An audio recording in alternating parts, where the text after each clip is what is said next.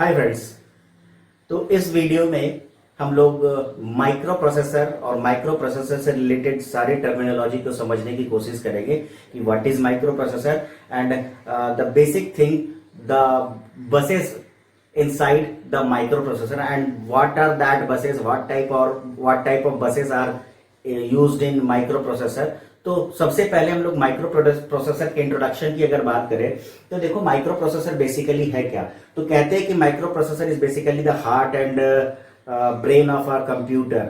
So in terms of computer जब हम लोग सिस्टम की बात करते हैं तो microprocessor is the heart and brain of computer. Why it is called heart and brain of computer? Because brain, it is why because it controls the whole machine. It controls the whole machine, how the input device works, how the output device works, when the input device works, when the output device gives the output, when the input device takes the inputs. All these activities are controlled by this particular microprocessor. So it is called brain of computer. And why it is hard? Because all the processing, all the arithmetic tasks, all the logical tasks which are executed inside this microprocessor, that why it is called heart of computer. So heart and brain of computer, why it is called. Now when we talk about microprocessor, generally we talk about and we are aware about the Intel microprocessors. So when we talk about the Intel microprocessor family, then Intel introduced the first microprocessor which is known as 4004. As you know, microprocessor is an IC, and every IC have or identified by a particular number. So the first microprocessor or the first IC microprocessor introduced by Intel Corporation is known as 4004 microprocessor 4004. So this is the first microprocessor which is introduced by Intel Corporation. The second microprocessor which is introduced by 8080. After that 8085, 8086, 8088, 80186. Now a new series of microprocessor was released by Intel microprocessor and Intel Corporation gives its a family name. So the second 80286, 80386, 80486, 80586, and these all microprocessor is known as family. आपने देखा होगा आपके computer में अगर आप 32 bit के application install करते हो, कभी आप अपने कंप्यूटर के सी ड्राइव में जाके देखो प्रोग्राम फाइल्स में, तो वहां दो तरह के फोल्डर्स आपको बने हुए मिलेंगे, प्रोग्राम 86 फैमिली और सिंपल प्रोग्राम्स। या फिर आप जब भी कोई सॉफ्टवेयर खरीदो या फिर कोई हार्डवेयर खरीदो तो वहां पे आपको ये विंडोज 86 ये फैमिली करके लिखा हुआ मिलना है। ये जब क्रॉस 86 की बात हम लोग करते हैं, दैट मीन्स हम लोग इस फैमिली की बात कर रहे हैं where 86 is common. Why this 86 is common? Because the all microprocessor follows the same architecture almost, that's why it is called the 86 family.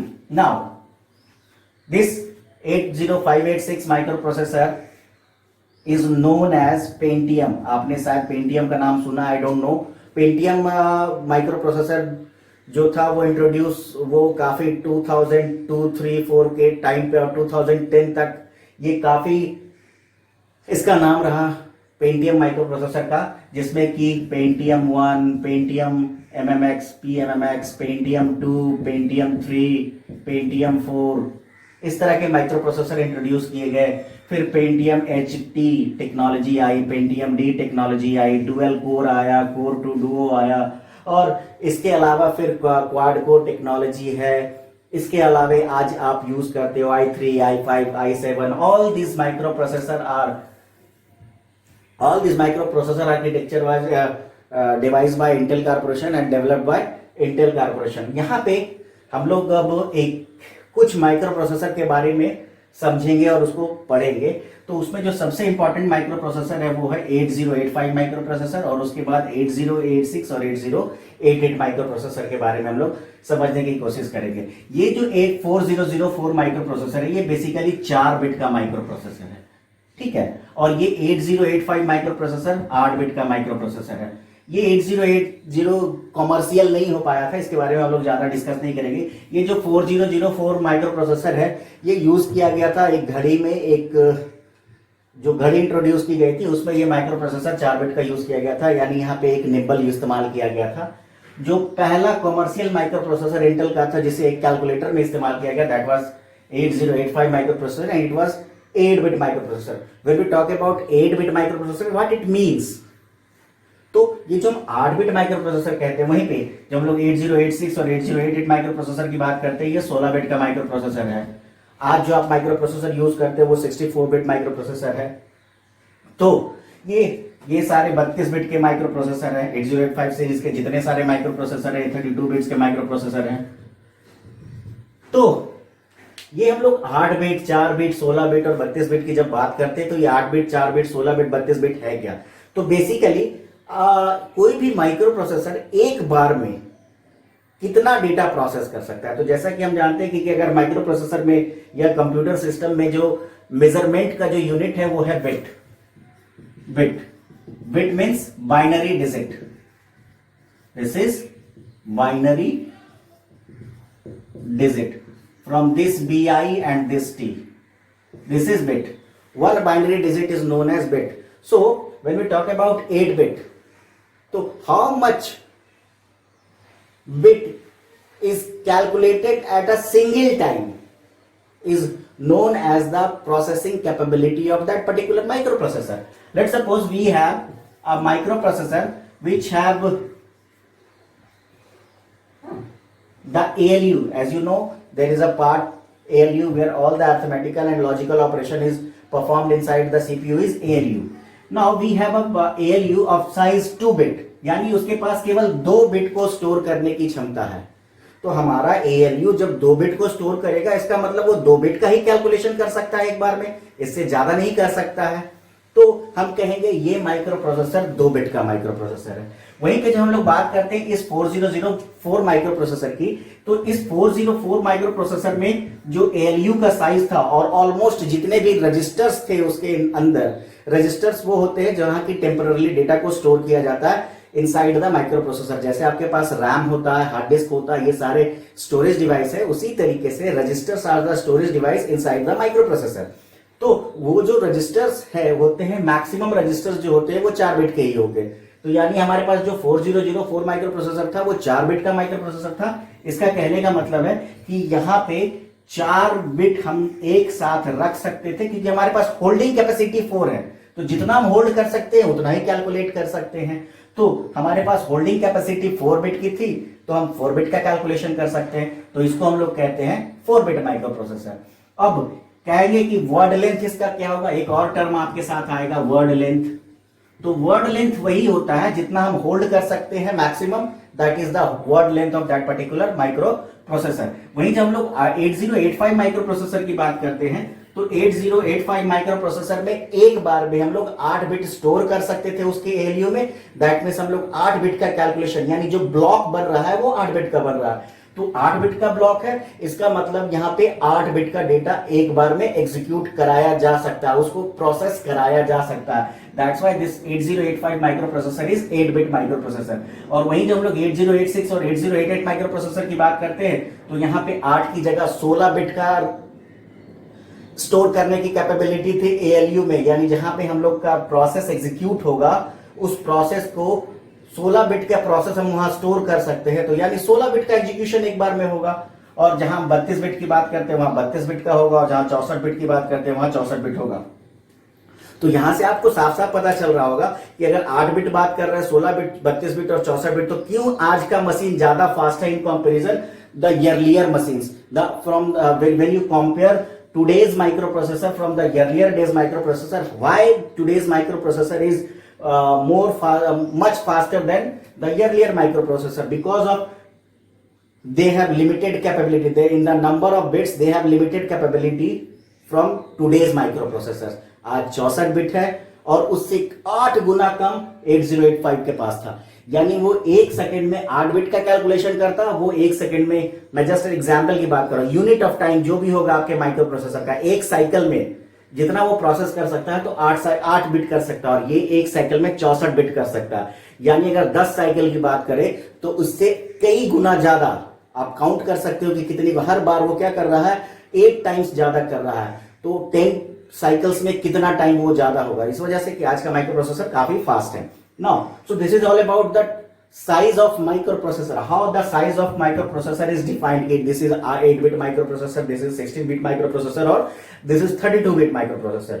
Now अब हम लोग बस की बात करते हैं। जो बस की बात कर रहे थे, तो बस क्या होता है? तो बस बेसिकली क्या होता है ये समझो।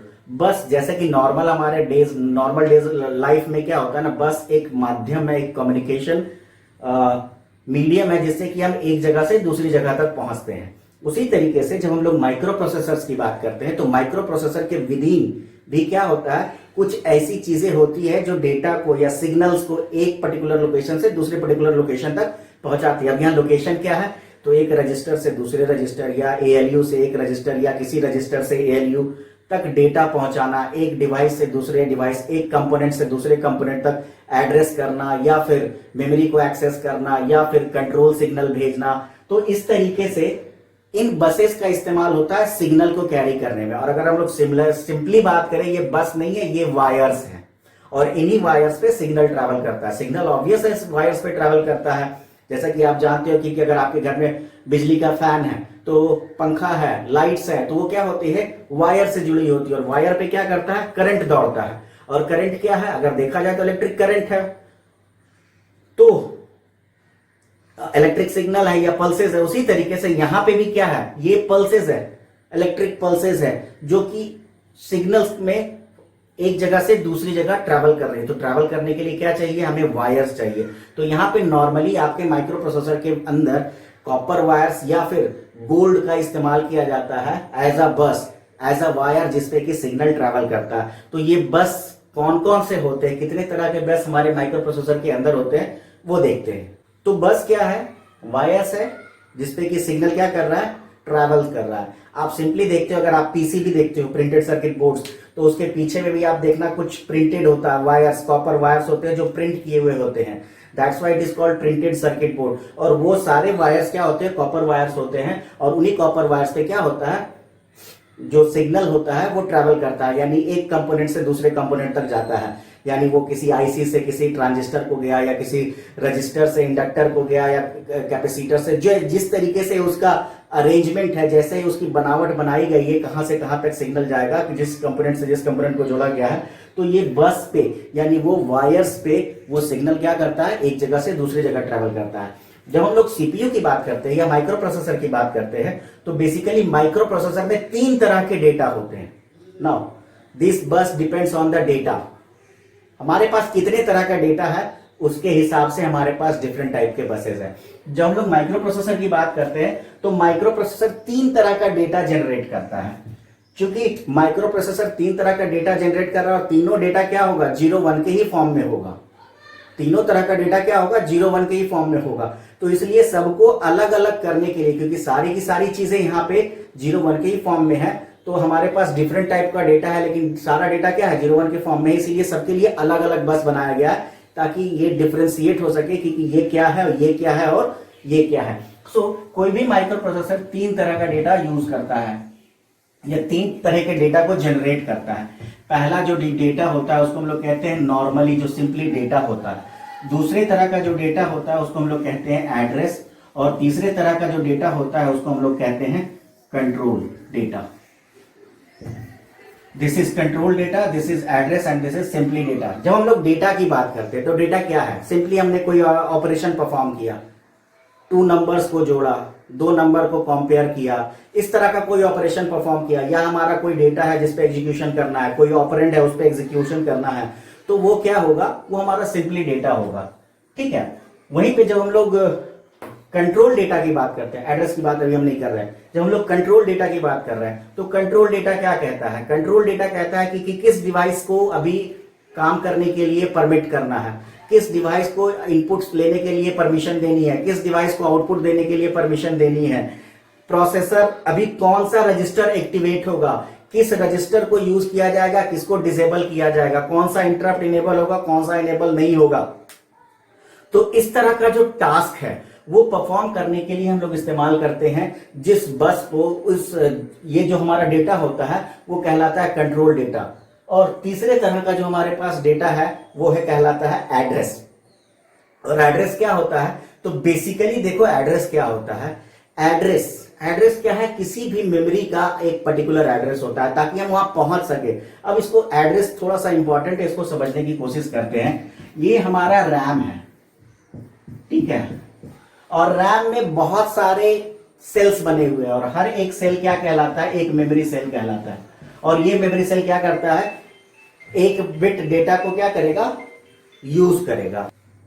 तो जब हम एड्रेस की बात करते हैं तो एड्रेस क्या होता है कि पर्टिकुलरली अब यहां पे मेमोरी सेल्स है, इतने सारे मेमोरी सेल्स है और हमने किस मेमोरी सेल में अपना डेटा रखा है ये हमें नहीं पता है। तो क्या जाता है कि जितने सारे मेमोरी सेल्स होते हैं हर मेमोरी सेल का एक पर्टिकुलर अपना एड्रेस होता है। तो लेट सपोज हमने यहां मान लिया इसका एड्रेस ए है, बी है, सी है, डी है, ई है, एफ है, जी, एच, और इस तरीके से हमने क्या किया, हर मेमोरी सेल को क्या किया, एक एड्रेस प्रोवाइड कर दिया।